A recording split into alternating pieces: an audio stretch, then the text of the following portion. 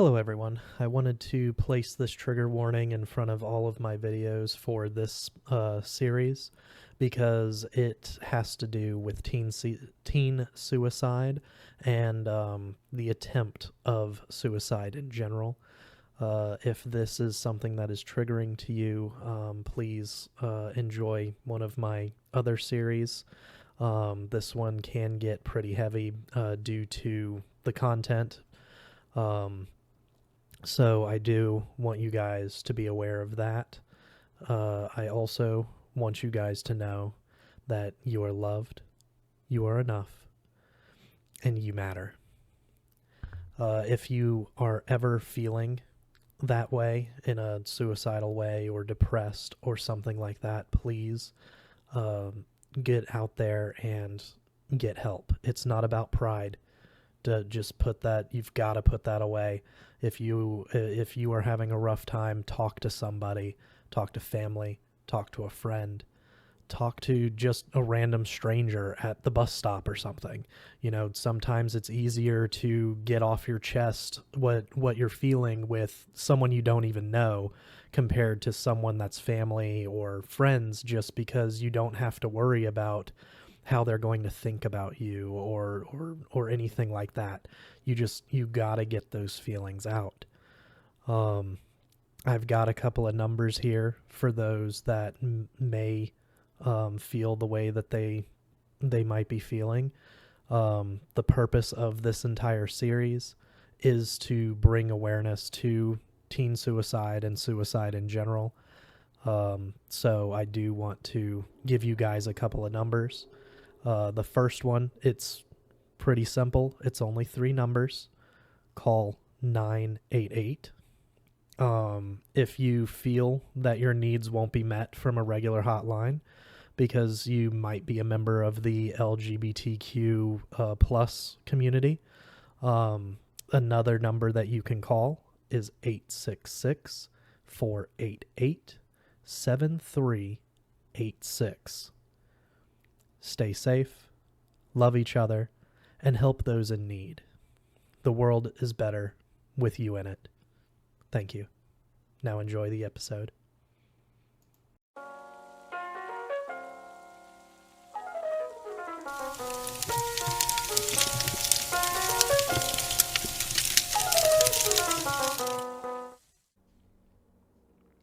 All right. Welcome back, everyone. Today we will be reading Chapter 4. So, let's get into it. Chapter 4. My father overreacted when I got home from my Saturday morning in Todd's front yard, all because my book was torn up and my bag had grass on it, and I told him I fell.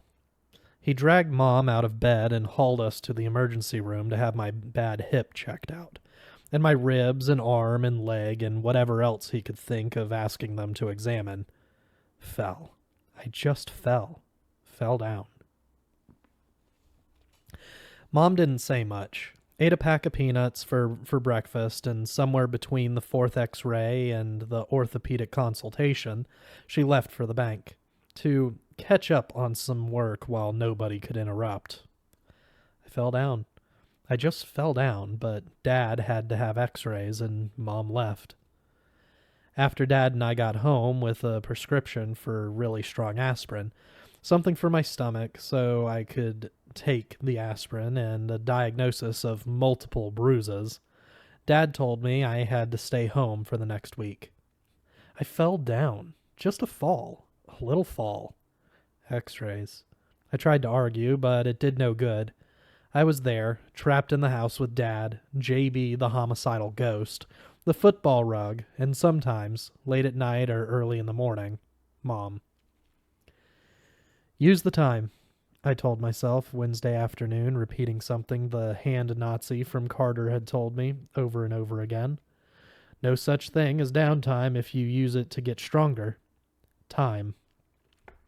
So I avoided looking at the devastation of Mama Rush's presence by studying the driver's manual, doing hand exercises with a tennis ball, and repairing my memory book as best I could. Time. Time and more time. After a while, I sat down on my bed, looked up the number in my memory book, called Carter, and asked for Alicia.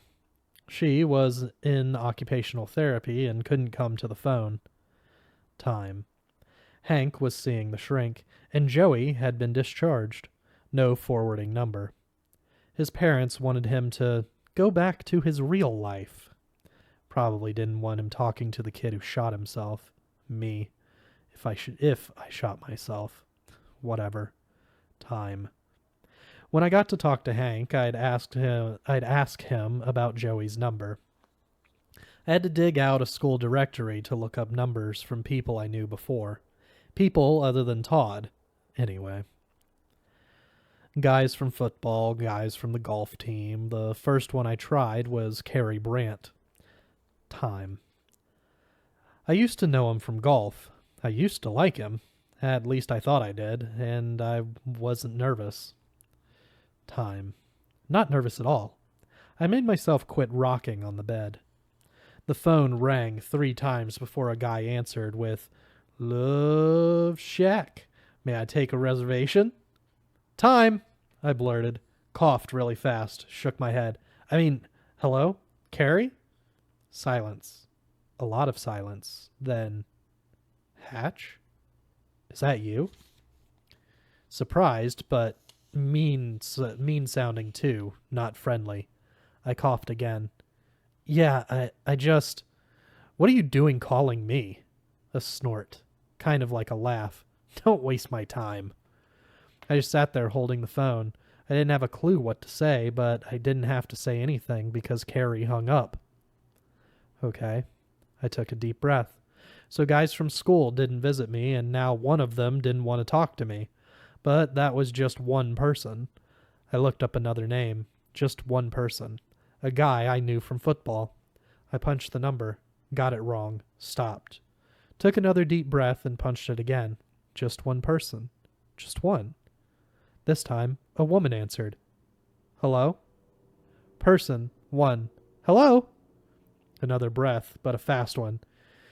Focus. "Mrs. Jansen? May I speak to Alan?" The woman took a few breaths too. May I ask who's calling?" "Jersey Hatch." "Oh." More breathing from Miss Jansen. "Jersey, I don't think this is a good idea. I don't want to upset you, but I'd rather you didn't call here." This time it was me who hung up. I don't know why I did it, really. It was rude not to say goodbye, but for a second, I felt rude. "Goodbye." I slammed the school directory. "Rude." More breaths. My heart thumped faster, and my jaws hurt. I realized I was grinding my teeth, so I stopped. Then I opened the book again and looked up Arroyo, Alana. I squinted my good eye at the printed name like it might make a picture pop into my brain, but it didn't. I couldn't see her in my head. Maybe if I heard her voice, I'd remember something. "Rude." I dialed the phone. "Rude, goodbye." 1 ring. 2. A click. Recorded voice. "The number you have reached has been disconnected or is no longer in service." I hung up. Started to throw the phone. Stopped. "Rude." Pictures. I wanted to see her, talk to her, remember something, anything. So I put the phone down and got busy digging out my yearbooks and stacking them on my head. One at a time, I went through them. I found Arroyo,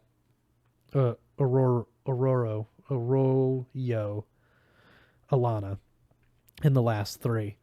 But I couldn't tell much. Dark hair, dark eyes, a dimple on her right cheek.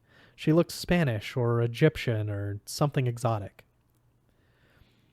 I remembered her a little from when she started at our school, but after that, nothing. By the time I found Alana's picture, JB and I were on conversational terms up in that room on the bed where I shot myself. If I shot myself instead of having a car wreck. I lost my best friend over her? Shaking my head, I closed the book. Time. Maybe she was Todd's girl and you took her away, JB suggested. I wasn't as scared of him as I should have been, being that he was probably ectoplasm or whatever and could have killed me if he wanted to. Maybe. Yeah, right. Time. Stronger. Even without the Frankenstein scars, Todd's always been the movie star, not me. Ectoplasm.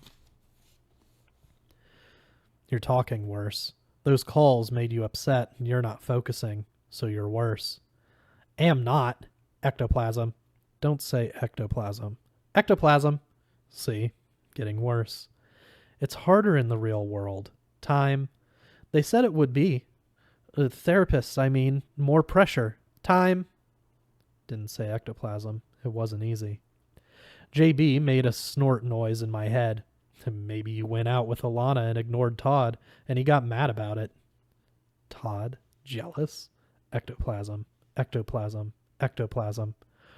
I traced the raised cover of the yearbook. Green to gold, gold to green. The Green Rangers. Todd. Jealous. That just didn't make sense to no matter which way I traced the words. Todd was straightforward and honest. If he'd been jealous or had a problem with me, he would have said so. And he would have worked it out. We would have worked it out. Maybe Todd changed. You don't really know him now. After, do you? Maybe he even changed before. Ectoplasm, you talk too much, chump. The floor creaked. Jersey? My head jerked up and I snatched my hand off the yearbook cover like I shouldn't have been touching it. Mom? You're home? Time. It isn't ectoplasm. I mean, I didn't know it was time for you to be home. She stood in the doorway and glanced around my room. Her eyes lingered on the bed, the pillow, the football rug I was keeping spread out where it was before.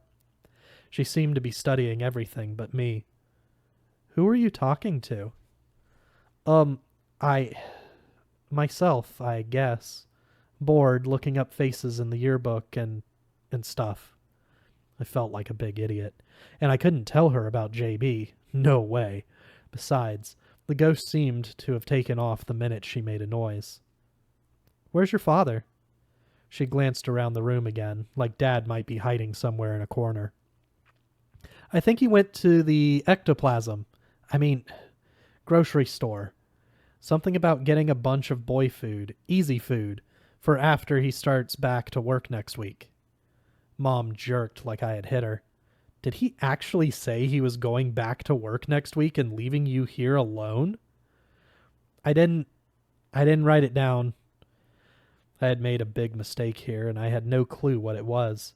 But I think he said that. Food. Boy food. It'll be fine. Really. Boy food. Mom's eyes closed. I realized that her normal banking suit, the blue skirt and jacket with the white shirt, was wrinkled. Her pantyhose sagged like they were too big for her. How long have you been here? How long has he been gone? Her voice came out murder quiet. It gave me chills. I didn't write it down. When Mom opened her eyes, she stared at where I was on the bed, but I didn't think she was seeing me. Not now, not in the present anyway. Have you been okay alone? Sure, I shrugged. I'm 17. No thoughts about what happened? I think about what happened all the time, every minute. The words wanted to rush down from my brain into my mouth, but in an unusual fit of pragmatics and social awareness, King Jersey, the 5-year-old genius, figured that was the wrong answer. Do not pass doorbells. Do not collect desserts. No thoughts, I lied. Pragmatics. I've just been trying to figure out who this girl Alana was. Ectoplasm and stuff. Mom stiffened and hardened, turning into that scary ice statue with moving lips. The girl you dated? All thoughts of pragmatic deserts dropped out of my head. You know who she was? I dated her? When? Ectoplasm! Mom's mouth opened and closed. Opened and closed. You said you were bored, right? Well, yeah. Dated. Dad said I had to stay here until at least Saturday, so I've been trying to find things to do and clean up and come downstairs. I'll call a cab to take you over to the palace to see Mama Rush. She closed her mouth again, took a deep breath. Can you handle a cab, Jersey? Sure. Practiced at Carter. I can handle it. You positive? Sure. Cab. Mom sighed.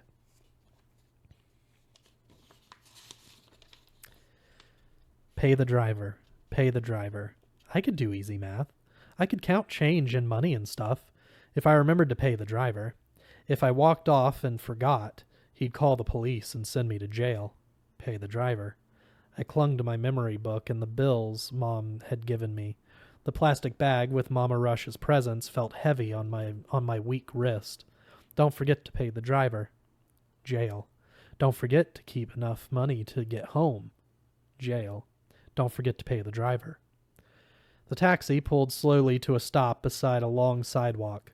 A bunch of flower bushes lined the sides of the white concrete.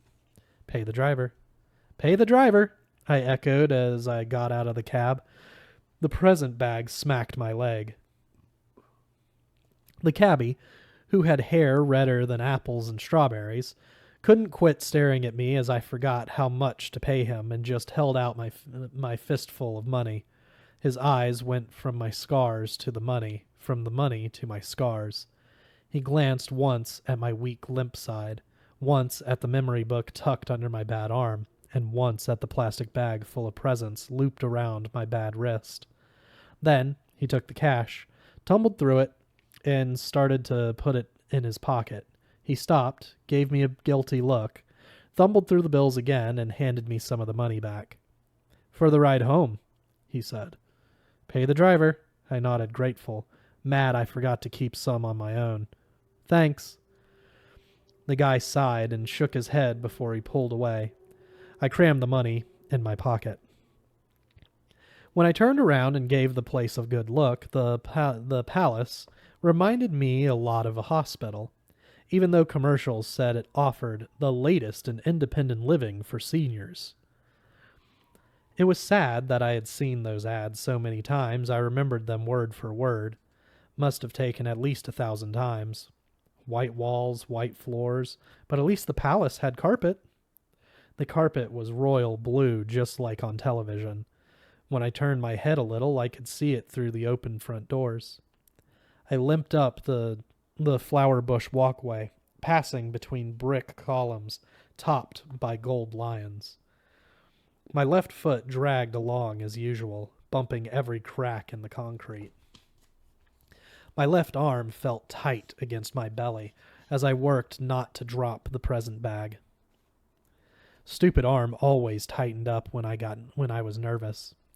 I shifted the memory book to my good hand. It helped me feel more balanced. If Mama Rush remembered me, would she talk to me? She might be mad at me too, and I couldn't say I'd blame her. Of all the people in the world, Mama Rush had the most right to slap me in the face. A lot of things in my past might be blank, but I knew one thing for sure. Mama Rush wouldn't have run out on me even if everyone else did. My best friend's grandmother. Well, Todd used to be my best friend, but now he hated me. Never let me down. I'd known her since I was 5, about 12 years if you count the 1 or 2 I don't remember. She would be mad I didn't talk to her before I did it. If I did it. Before. After. Everything changes. The palace was bigger than I thought. Lots of hallways. Lots of people in wheelchairs or using walkers or canes.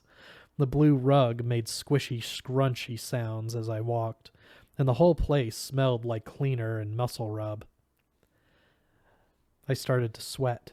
Walk faster. Was that the fireplace in the Carter Great Room? No, Jesus. I wasn't at Carter. This was the palace. My hand hurt. My head started to hurt.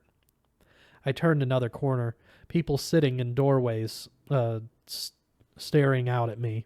Bathroom sink. I was back at Carter. Why did I have to go back? Chewing my lip, I hurried around another corner and another. A woman with very black hair emerged from a crowd of people in bathrobes. She was wearing a bright red dress, and she held up her hand to stop me. A silver headset with a blue button on the earpiece made her look like those people on television commercials taking phone calls about credit cards.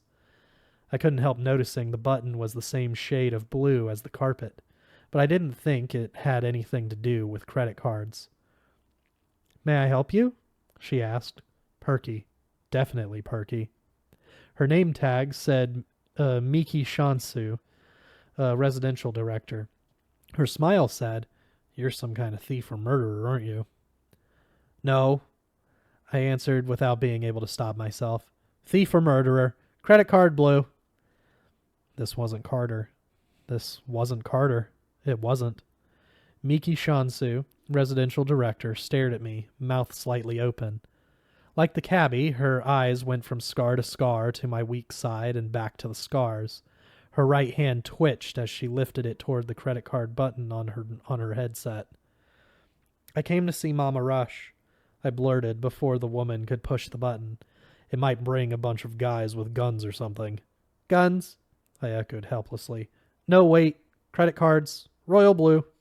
I bit my tongue to shut myself up and decided I should carry an actual sock for times like this. Miki Shansu, residential director, lowered her hand a fraction, eyes now fixed on my memory book. "Do you know her apartment number?" No. I lowered my head, but lifted it again in a hurry. Pragmatics hatch. "Credit cards. I came to see Mama Rush. I need to talk to her, please." "I'm sorry." Her fingers were moving toward the button again.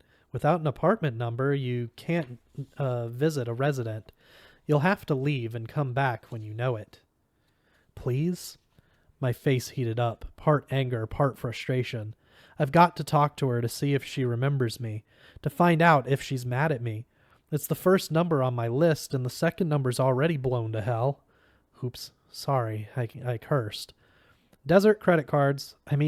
Thieves and murderers. I need a sock." Miki Shansu, the residential director's fingers were millimeters from her blue button when a deep, scratchy voice behind me said, "Back off, Attila the Red. This one's okay."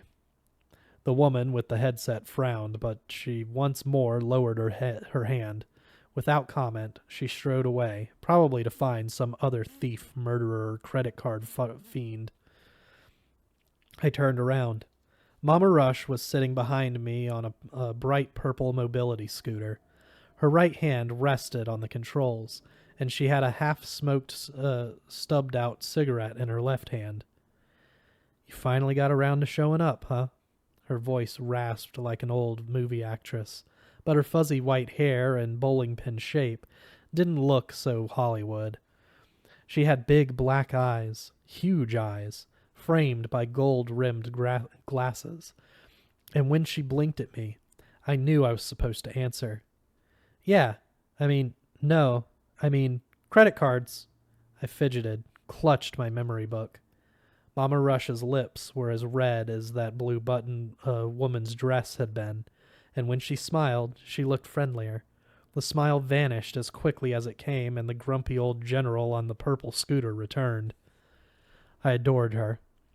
It was nice to find familiar feelings in the middle of all the strangeness. "Well, come on back outside. If we're going to talk, I want to smoke."